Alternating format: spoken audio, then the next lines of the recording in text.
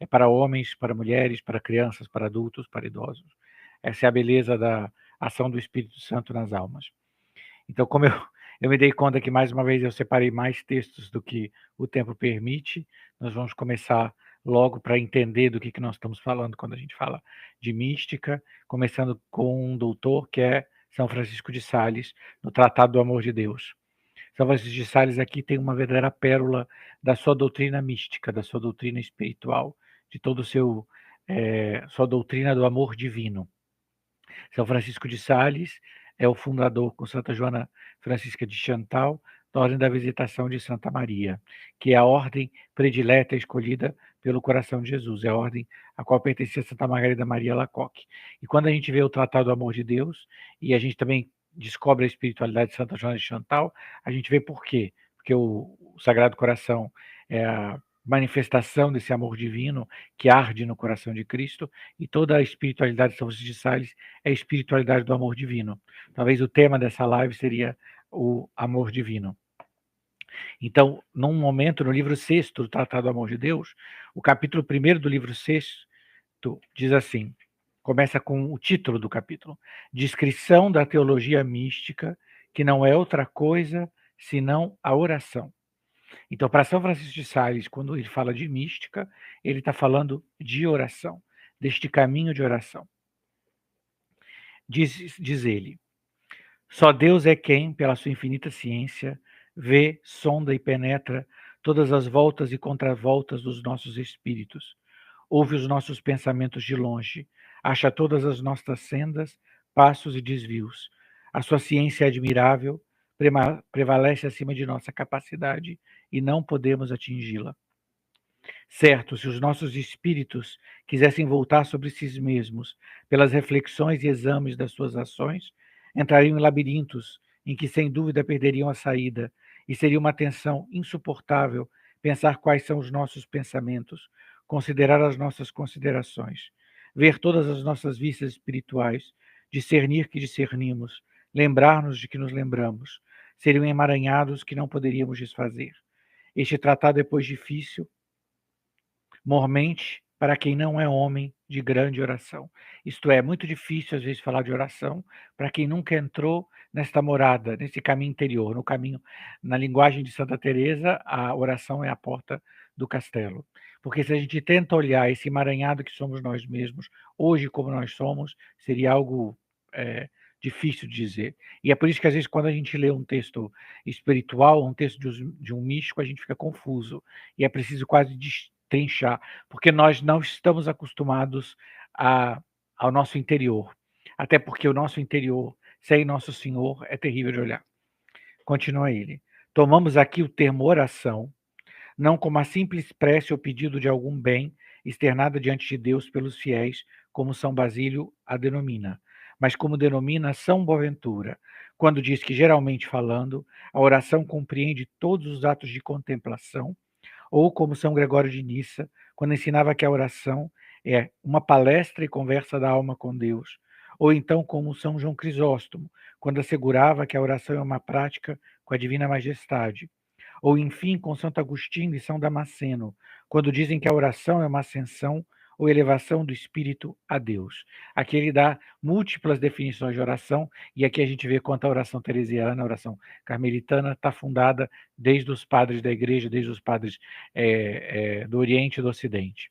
Uma elevação da alma ao Espírito de Deus. Ele usa a expressão de a oração é uma ascensão ou elevação do Espírito de Deus. E usando a denominação de São Boaventura, a oração compreende todos os atos da contemplação. E é sobre isso que nós vamos falar hoje, sobre esse momento que o Espírito Santo conduz a nossa alma à contemplação, onde a nossa alma já está sendo levada à oração contemplativa. Continua São Francisco de Sales. E se a oração é um colóquio, uma prática, ou uma conversa da alma com Deus, por ela, pois, falamos a Deus, e Deus reciprocamente fala a nós. Aspiramos a Ele e respiramos nele, e mutuamente Ele inspira em nós e respira sobre nós. Olha como o próprio São Francisco de Sales nos explica a oração. Uma prática, uma conversa da alma com Deus, por ela, pois, falamos a Deus, e Deus reciprocamente fala a nós. E aqui é a nossa grande dificuldade, porque nós temos que nos acostumar a falar com Deus e ter silêncio para escutar a Deus. E ele continua: aspiramos a ele e respiramos nele, e mutuamente ele inspira em nós e respira sobre nós. Aqui são as graças de oração, no qual ele inspira em nós e respira sobre nós. Já essa oração íntima, contemplativa. E o que nós vamos falar no tema de hoje é falando de santos, de místicos que viveram essa experiência e que narram a sua experiência. Da live de hoje nós vamos usar dois mestres doutrinais, São Francisco de Sales e São João da Cruz. Os outros místicos vão nos falar dizendo a sua experiência nos seus escritos mais íntimos, cartas, escritos autobiográficos, para a gente ver como isso, como essa doutrina é realidade nestas almas. Continua São Francisco de Sales. Mas de que é que praticamos na oração? Qual é o assunto da nossa conversa? Teótimo, que é assim, o Tratado do Amor de Deus é uma conversa com o Teótimo. Teótimo, nela não se fala senão de Deus, porque de quem poderia praticar e conversar o amor, senão do bem-amado? Quando nós falamos de oração, nós já entramos no reino do amor, e o amor só fala do bem-amado. Nós vamos à oração para falar de Deus com Deus. E isso nos é muito difícil, porque nós estamos acostumados a, mesmo dentro de nós, falar conosco mesmo de todas as coisas menos dele.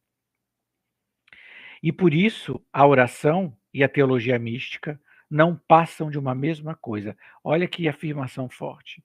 E por isso, a oração e a teologia mística não passam de uma mesma coisa. Isto é, o caminho de oração deve nos conduzir a esta união com Deus, a essa ação do Espírito Santo que nos configura em Cristo para a glória do Pai. Ela se chama teologia, porque assim como a teologia especulativa tem a Deus por objeto, esta também só fala de Deus, mas com três diferenças. Qual é a diferença entre a teologia especulativa e a teologia mística? Explica ele.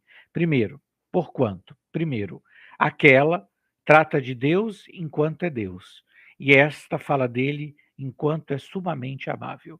Então, quando alguém estuda teologia, faz uma faculdade de teologia, eles estudam Deus enquanto Deus. Mas na teologia mística, que é a vida de oração, esta fala dele enquanto é sumamente amável.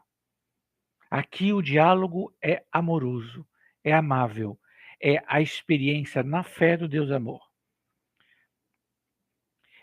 Isto é, aquela considera a divindade da suprema bondade, e esta a suprema bondade da divindade. Segundo, a especulativa trata de Deus com os homens e entre os homens. A mística fala de Deus com Deus e em Deus mesmo. Olha o que é esse caminho. É falar de Deus com Deus em Deus. Terceiro, a especulativa tende ao conhecimento de Deus e a mística ao amor de Deus, de sorte que aquela torna seus escolares eruditos, doutos e teólogos. Mas esta torna os seus ardentes afeiçoados, amadores de Deus e filoteias e teófilos. Então, o estudo da teologia especulativa, que é utilíssimo, faz de nós eruditos, teólogos, estudiosos. O caminho da teologia mística, o caminho da oração, de deixar-se conduzir pelo Espírito Santo, faz de nós ardentes amadores de Deus, que é o que nós vamos falar hoje. Santos e santas que foram amadores de Deus, que viveram esta vida de amor, que se deixaram conduzir no amor, com amor e pelo amor. Então, para começar